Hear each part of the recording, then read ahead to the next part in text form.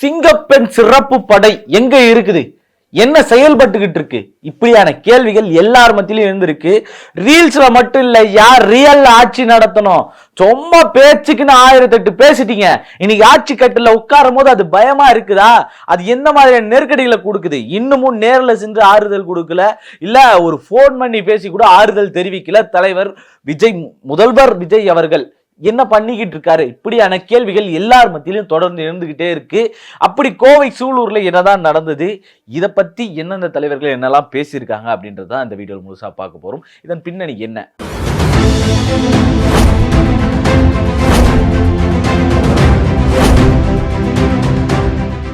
வணக்கம் அன்பு தமிழ் சொந்தங்களே. அதாவது ஒரு குழந்தை என்ன பண்ணுது அப்படின்னா, பாட்னு ரோட்ல விளையாடிக்கிட்டு இருக்கு, கடைக்கு போயிட்டு வரேன்னு போயிட்டு வருது, விளையாடிக்கிட்டு இருக்கு. அந்த அளவுக்கு என்ஜாயபிளா இருக்கிற ஒரு குழந்தை என்ன ஆகுது அப்படின்னு பார்த்தீங்கன்னா, ஒரு குழந்தை விளையாட போன குழந்தை திரும்பி வீட்டுக்கு வரல. என்னடா வீட்டுக்கு வரல, கடைக்கு போறேன்னு போச்சு, விளையாட போறேன்னு போச்சு, வீட்டுக்கு வரலையேன்னு சொல்லி ஒரு ரொம்ப நேரம் வெயிட் பண்றாங்க. குழந்தைங்க வீட்டில் அங்கே எங்கன்னு போய் தேடுறாங்க.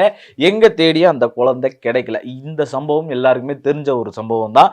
கோவை சூலூர்ல இந்த சம்பவம் நடக்குது. குழந்தை கிடைக்கல அப்படின்னதும் போலீஸ் ஸ்டேஷன்ல போய், சூலூர் ஸ்டேஷன்ல போய் கம்ப்ளைண்ட் பண்றாங்க. கம்ப்ளைண்ட் பண்ணியும் ஒரு நாள் தொடர்ந்து ஆகுது, ஒரு 24 மணி நேரம் கடக்குது, இன்னும் குழந்தை கிடைக்கல. பெரும் பதட்டம் வருது. அந்த குழந்தையோட பெற்றோர்கள் எல்லாரும் பதறாங்க. இந்த பதற்றம் என்னவா இருக்குமோன்ற ஒரு பெரும் பயத்தை எல்லார்கிட்டையும் கொடுக்குது. இப்படி பயத்தை கொடுத்ததுக்கு அப்புறம் ஒரு இடத்துல ஒரு முட்புதர்ல பாத்தீங்கன்னா அந்த குழந்தை கிடைக்குது, சடலமா கிடைக்குது. தாடைகள், கழுத்துக்கள் எல்லாமே உடைக்கப்பட்டிருக்கு, ஏகப்பட்ட எலும்புகள் உடைக்கப்பட்டிருக்கு. இன்னும் பிரேத பரிசோதனை போயிட்டு அதை முழுசா முடியல. அதுக்கு முன்னாடி தான் நான் உட்காந்து பேசிக்கிட்டு இருக்கேன்.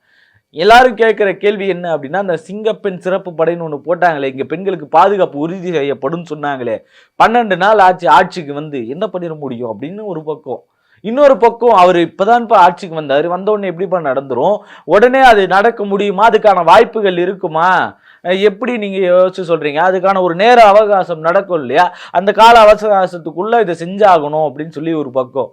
இதெல்லாம் நடந்துகிட்டு இருக்கும்போது இன்னொரு பக்கம் என்ன பண்றாங்கன்னா, கரண்ட் கட்டுன்னு ஊர் முழுக்க எல்லாரும் ரீல்ஸ் போட்டு உட்காந்துக்கிறாங்க. இப்ப என் ஊர்ல கரண்ட் கட்டு, இங்க கரண்ட் கட்டு, அங்க கரண்ட் கட்டு, அங்க உசுரே கட்டாய் போய் கிடக்குதுரா இளவெடுத்த பசங்களா. அத பேசுங்க. முதல்வர் விஜய் என்ன பேசினாரு, விஜய் அவர்களை பத்தி அவர் ஆட்சி குறை சொல்ற மாதிரியோ இல்ல அவர் ஆட்சியை பாராட்டுற மாதிரியோ ஒரு ரீல்ஸோ வீடியோவோ போட்டா அந்த வீடியோ பெரிய வைரல் ஆகும், நம்ம பெரிய ஆள் ஆகிடலாம். இந்த ட்ரெண்டுக்கு ஏற்ற மாதிரி நம்ம உட்காந்துருந்தாங்க. ட்ரெண்டுன்னு இந்த ட்ரெண்ட் மைண்ட் செட்ல உட்காந்துக்கிட்டு இருக்க ஒருத்தருக்கும் இருக்கிற மைண்ட் செட் என்னன்னா, ட்ரெண்ட் ஆயிடும், என் மூஞ்சி பல பேர் பார்த்தா தெரியணும், வெளியே போய் ஒருத்தர் என்ன பார்த்து ப்ரோ உங்க வீடியோ பார்த்து நான் நிறைய சிரிப்பேன் ப்ரோ, ரொம்ப சந்தோஷமா இருக்கும் ப்ரோ அப்படின்னு எடுத்து ஒரு போட்டோ எடுத்து போட்டுருணும். இவ்வளவுதானே நம்ம மென்டாலிட்டி. நம்ம எல்லாருமே அவ்வளோ இறங்கி போயிட்டோமா, அவ்வளோ காணாம போயிட்டோமா, அதிகாரத்துக்கு எதிராக குரல் கொடுக்குறோம் அப்படின்னு ஒரு சமூகம் எல்லாமே உட்காந்து வீடியோல குரல் கொடுக்குறோமே.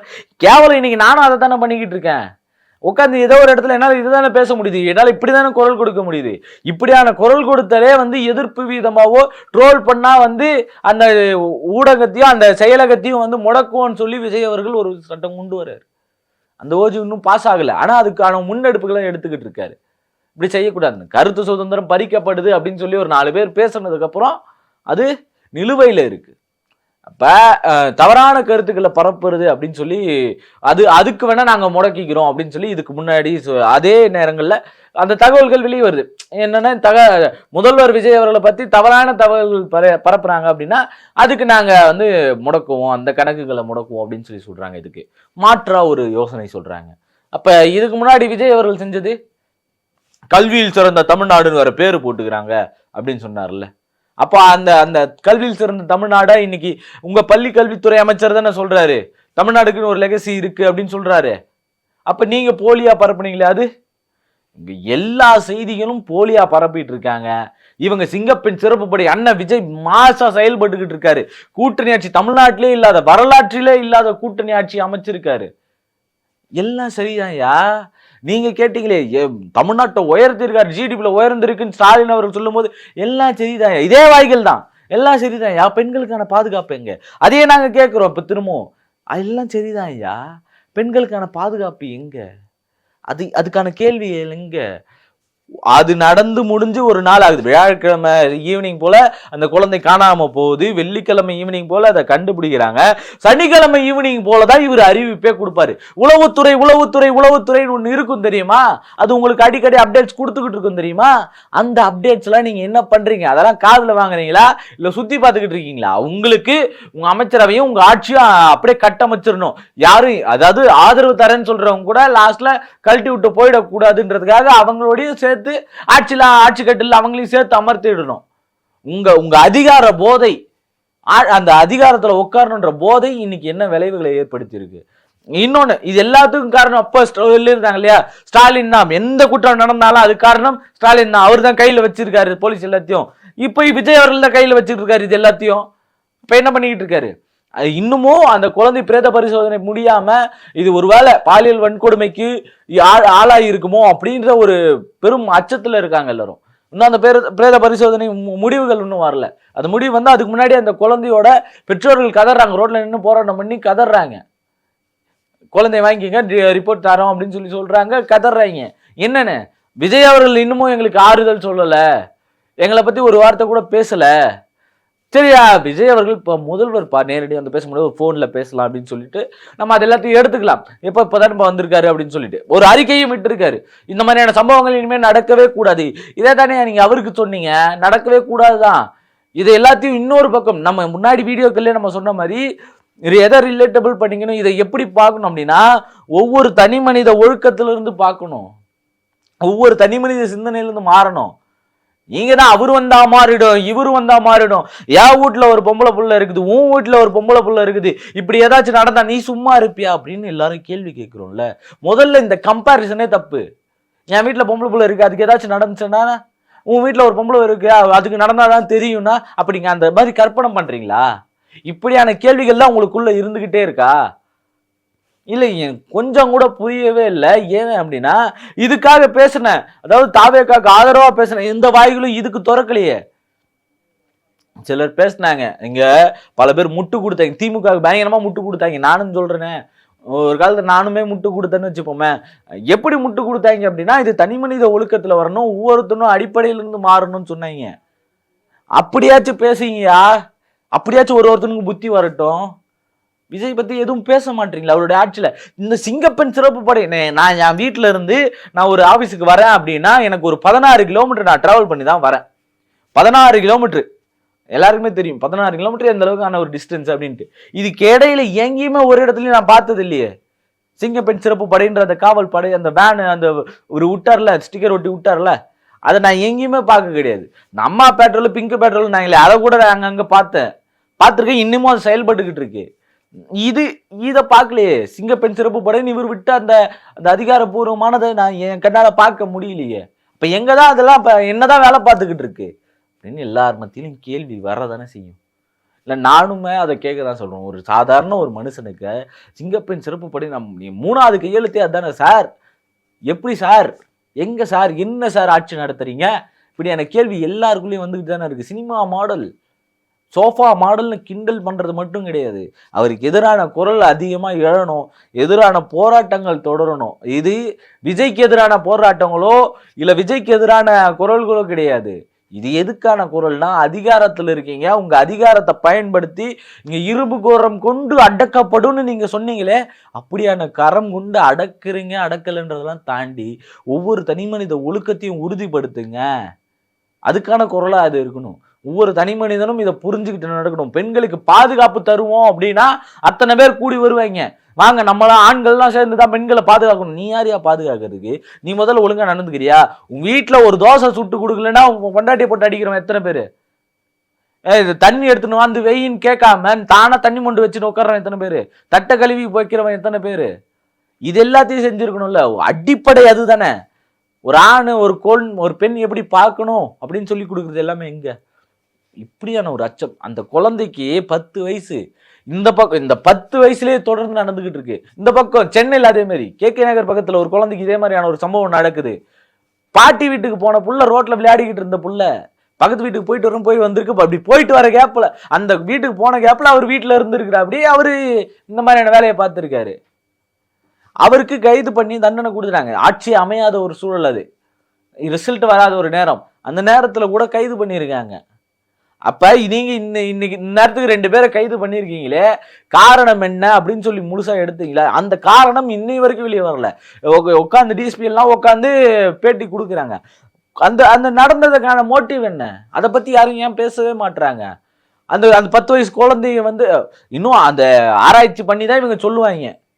என்னன்னா அந்த பிரேத பரிசோதனை நடந்ததுக்கு அப்புறம் தான் அந்த குழந்தை பாலியல் வல்லுநருக்கு ஈடாயிருக்கா, இல்ல அந்த பெற்றோரோட இவங்களுக்கு இருந்த முரண்ல அந்த பெற்றோரை பழி வாங்கறதுக்காக இந்த 10 வயசு குழந்தைய கொண்டானுங்களா? இப்படியான பல கேள்விகள் எல்லார்கிட்டயும் இருந்துகிட்டு இருக்கு. தனி மனித ஒழுக்கத்தை என்னைக்கு உணர போறீங்களோ, பள்ளி கல்விகள்ல இருந்து என்னைக்கு இதுக்கான விழிப்புணர்வுகள் வரப்போகுதோ அப்பதான் இங்க இருக்கிற எல்லா மாற்றமும் வரும். ஸ்டூடெண்ட்ஸ்க்கு அரசியல் பழகணும், பெண்ணியம் தெரியணும் அப்படின்றதுக்கான முக்கிய காரணம் என்ன அப்படின்னா, இந்த மாதிரியான விஷயங்கள் தெரியாததான். அரசியலும் பெண்ணியம்ன்றது சுதந்திரம் அப்படின்றது தெரியணும். பெண்ணியம்னா நான் பாட்டு இஷ்டத்துக்கு எங்க வேணாலும் போகலாம் அப்படின்றது கிடையாது. எங்க போகணுமோ அங்க போக வேண்டியதுதான். அது அவங்க விருப்பம், அவங்க சாய்ஸ். அவங்க எங்க வேணாலும் போகலாம், அதுக்கு அதிகாரம் இருக்கு. ஆனா அது அவங்களுக்கு தேவையான இடமா இருக்கணும், இந்த சமூகத்துக்கு தேவையான இடமா இருக்கணும். அது பெண் மட்டும் இல்ல, ஆணுக்கும் ஆனது. அதனாலதான் பெண்ணியம்ன்றது சுதந்திரத்தோட ஒப்பிடணுமே தவிர, பெண்ணியம்னா நம்ம என்ன புட்டப் ஃபெமினிசம் அப்படின்னு ஒரு சொல்லியிருப்பாங்க. இப்போ புட்டப் ஃபெமினிசம் நீ ஏன்டா உருவாக்குறீங்க? ஃபெமினிசம் ஒன்று வந்தா அதுக்கு எதிராக ஒன்று உருவாக்கிடணும், புட்டப் ஃபெமினிசம் அப்படின்ட்டு. இதெல்லாம் உருவாக்குறீங்களா? அந்த பெண் ஃபெமினிசம் உருவாக்குறதுக்கு காரணம் என்ன? பல பேர் இப்ப போதை கலாச்சாரங்களை போய் அடிமையாகிறாங்க. போதை கலாச்சாரம் அடிமை ஆவறதே தவறு. அது ஆணா இருந்தாலும் பெண்ணா இருந்தாலும். உங்க ஃபெமினிசம் சொல்லி குஷ்டி இஷ்டத்துக்கு சுத்துறாங்கோ, அரைகுறை ட்ரெஸ்ஸை போட்டுக்கிறாங்கோ அப்படின்ட்டுலாம் பேசுறாங்க. எங்க இருந்துடா வருது உங்களுக்கு அந்த பேச்சு? நீங்க உங்க கண்ணு என்ன பண்ணுது? இப்ப கருப்பு படம் அப்படின்னு ஒண்ணு வந்துச்சு. அந்த கருப்பு படத்துல ஒரு சீன் வைக்கிறாங்க. இப்ப கோர்ட்டுக்கு கண்ணியமா ட்ரெஸ் பண்ணிட்டு வரணும், என்ன ட்ரெஸ் இது, வேர் இஸ் த ஸ்லீவ் அப்படின்னு கேட்பாரு. கேட்டதும் அந்த அந்த பொண்ணு கோவம் வந்துடும். உடனே என்ன பண்ணுவாங்க அப்படின்னா, அப்போ பார்வை எங்கே கிடையாது, இங்கே இருக்கிற பிரச்சனைகள் உங்களுக்கு கண்ணுக்கு தெரியல, என் ட்ரெஸ் தான் உங்களுக்கு கண்ணுக்கு தெரியுதுன்னா இப்போ பார்வையில் தான் பிரச்சனை, என் ட்ரெஸ்ஸில் குறை கிடையாது அப்படின்னு அந்த பொண்ணு சொல்லிவிடும். எல்லாரும் ஃபயர் விட்டாங்க. உடனே அதுக்கு ஒரு வீடியோ எடுத்து ஒருத்தர் போடுறாரு. என்னன்னா, கோர்ட்டுக்குன்னு ஒரு கண்ணியம் இருக்கு, ஃபுல்லாக கவர் பண்ண மாதிரியான ஒரு ட்ரெஸ்ஸஸ் தான் போட்டு வரணும், அதுதான் இங்கே நடைமுறை அப்படின்னு சொல்லி அவர் ஒரு வீடியோ எடுத்து போடுறாரு. கருப்பு படத்தில் கொண்டாடுறீங்களே அப்படின்ட்டு. அங்கே கருப்பு படத்தில் அந்த படத்தையும் அந்த சீனியாரும் கொண்டாடல, அந்த வேர்டு, அந்த எவ்வளோ வழி தந்த ஒரு வேர்டாக இருந்தால் அதை கொண்டாடி இருப்பாங்க. என் கஷ்டத்தை ஒருத்தர் எதிர்க்க பேசுறான்டா, அதை எதிர்த்து அதிகாரத்தை எதிர்த்து பேசுறான்டானா அதை குரல் கொடுத்து அதை கொண்டாடுறதுக்கான ஒரு சூழலுக்கான காரணம் என்ன அப்படின்னா அது இதுதான். கூட்டணி கட்சிகள் என்ன பேசுறாங்க இதை குறித்து, தாவேக்காவுடைய அரசு குறித்து? 12 நாள் ஆயிடுச்சுப்பா, இன்னும் உங்களுக்கு ஆட்சி இல்லை, அதிகாரம் இல்லை, கரண்ட் இல்லை, இப்படி எல்லாரும் பேசிட்டு இருக்காங்களே தவிர இது எல்லாத்தையும் விட்டு வாங்க, ஒவ்வொரு தனி மனிதனா சிந்திங்க அப்படின்னு சொல்லி தான் நான் கேட்டுக்கிறேன். தயவுசெய்து. அது ரொம்ப வேதனையா இருக்குது. 10 வயசு புள்ள, அதுக்கு என்ன தெரியும்? அதை அடிச்சிருக்கான், கொலை பண்ணி போட்டிருக்கான், உடைச்சு வாயும் கழுத்தையும் உடைச்சு போட்டிருக்காங்க. இன்னும் கை கால்கள்ல ஏகப்பட்ட முறிவுகள் இருக்கான். இது வரைக்கும் அந்த தகவல் அங்கங்க முகத்துல ஓட்டை இருக்குது. பில்லி சூனியம் வைக்கிறானுங்களா, அதுக்கு பயந்து போய் இது பண்றாங்களா? எல்லாமே ஒரு பெரிய கேள்விக்குறியா வந்திருக்கு. கேள்விக்குறிக்கல விஜய் அவர்கள் என்ன பதில் சொல்ல போறாரு? அவங்களுக்கு ஆறுதல் சொல்றாரா, இல்ல அந்த குற்றவாளிகளுக்கு மரண தண்டனை அப்படின்ற ஒரு நகருக்கு போறாரா அப்படின்றதெல்லாம் நம்ம வெயிட் பண்ணி தான் பார்க்கணும். ஸ்டாலின் அவர்கள் வரும்போது சொல்லியிருந்தாரு, 8 வயசு கீழானவங்களுக்குலாம் வந்து இப்படியான தண்டனை, குற்றங்கள் செஞ்சா, பாலியல் வன்கொடுமைகள் செஞ்சா அவங்களுக்கெல்லாம் மரண தண்டனை அப்படின்றத சொல்லியிருந்தாரு. இந்த மரண தண்டனை சொன்னார் இல்லையா, அது என்ன 8 வயசுக்குள்ள? அப்ப இந்த 10 வயசு குழந்தை பாதிக்கப்பட்டிருக்கு. சப்போஸ் அவர் ஆட்சிக்கு வந்துருவாருப்பா, இந்த சம்பவம் நடக்காம போயிருக்குன்னு நினைக்கிறீங்களா? இந்த சம்பவம் நடக்கதான் போயிருக்கு, நடந்திருக்குதான் போகுது. இப்படியான சம்பவங்களை தடுக்கிறதுக்கு என்ன வழிமுறை? இப்ப அந்த ஸ்பைடர்மேன் படம் ஒண்ணு இருக்கும், கார்ட்டூன்லாம் நிறைய மீம்லாம் போட்டிருப்பாங்க. என்ன அப்படின்னா, ஒருத்தர் மாத்தி ஒருத்தர் இப்படி கையை காட்டிப்பாங்க, 3 ஸ்பைடர்மேன் நின்று இருப்பாங்க. அப்படியே இப்போ ஒருத்தர் மாத்தி ஒருத்தர் கையை காட்டிப்பாங்க. இந்த 3 பேர் திரும்ப இப்ப ஆட்சிக்கு வந்ததுனால இந்த 3 பேர் இப்ப எடுத்து கையை காட்டுறாங்க. அதுக்கடுத்து வேற யாராவது புதுசா ஏதாச்சும் ஒரு கட்சி வந்துச்சு அப்படின்னா, அது ஆட்சிக்கு வந்துச்சு அப்படின்னா அது இன்னொரு 4 பேர் சேர்த்துக்கு கையை காட்டும். இந்த ஸ்பைடர் வேர்ஸ்ல வர மாதிரி எல்லாரும் மாத்தி மாத்தி கையை காட்டிட்டு தான் இருக்க போறாங்க. அடிப்படை மனிதன் கிட்ட இருந்து, குழந்தைகிட்ட இருந்து அந்த புத்தி வராம இங்க தலைமுறை மாறவே மாறாது. இந்த மாற்றத்தை ஏற்படுத்தணும் அப்படின்னா ஒவ்வொருத்தர் சொந்த அறிவோட யோசிக்க தான் செய்யணும். பக்கத்துல எவனா ஒருத்தன் அப்படி பார்த்தானா அதுக்கு ஹெல்ப் பண்ணியிருக்கான், ஒருத்தர் அவனையும் சேர்த்து தான் அரெஸ்ட் பண்ணியிருக்காங்க. அந்த குற்றத்தை அப்படியே மறைச்சிருக்கான், ஐயோ இப்படி பண்ணிட்டானேன்னு சொல்லிட்டு வீட்டிலே மறைச்சு வச்சிருக்காங்க. அவனையும் சேர்த்து பொழந்தோம் அப்படின்னு வச்சுக்கீங்களேன், ஹெல்ப் பண்றியாடான்னு சொல்லி பொழந்தோன்னு அங்க வரும் எல்லார்கிட்டயும் தைரியம். உங்களுக்குலாம் தைரியம் வராது. டிவி பார்த்து அவன் வந்தா மாத்திடுவான், அவன் வந்தா மாத்திடுவான்னு நினைச்சு நம்பி சீரழிஞ்சு கேட்டு போங்க அப்படின்னு சொல்லி நான் முடிச்சுக்கிறேன். நன்றி, வணக்கம்.